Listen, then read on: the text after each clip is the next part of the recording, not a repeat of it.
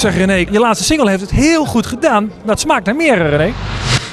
Ja, daar ben ik heel blij mee. Hij stond eigenlijk in vrijwel elke lijst in Nederland stond hij op 1. En het werd ook wel tijd, hè, want ik heb al jaren gebikkeld om... Ja, ik ben er heel blij mee. Ja. Ik ben al eenmaal zo. Ja, hartstikke mooi liedje, vond ik zelf ook. En het blijkt, het is uitgekomen. Ja, maar ja, wat ik dan zeg, dan ligt er toch een druk op je schouders voor die volgende single. Ja, zeker, zeker. Ik denk dat de volgende plaat wordt een up-tempo plaat. Een beetje in de sfeer van laat de zon in je hart, want die deed het destijds en trouwens nog steeds. Ja, die doet het hartstikke goed.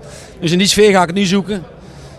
Dus we gaan een klein beetje tempo een beetje opvoeren en het feestgehalte ook een klein beetje opkrikken. En dan ben ik benieuwd wat die weer gaat doen. Dus elke keer weer een uitdaging. Heb je al een idee wanneer die uit gaat komen? Als de mei ligt, in mei. Ja, in mei, rond mei ergens. Misschien iets eerder, ik weet niet, of iets later, zou kunnen. Maar we zijn weer volop aan het schrijven. En misschien komt er wel een album aan, wie weet. We zijn druk bezig. Het klinkt alsof het al bijna klaar ligt. Ik heb al enkele liedjes af. Maar het is een heel hoop werk om een mooi album af te leveren. Dus maar ik doe mijn best. Welk puntje op de i wordt vaak vergeten door artiesten? Ja, dat is moeilijk uit te leggen.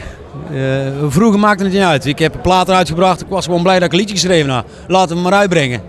Maar in deze tijd gaat het niet meer. Dan moet het echt iets apart zijn, iets bijzonders zijn.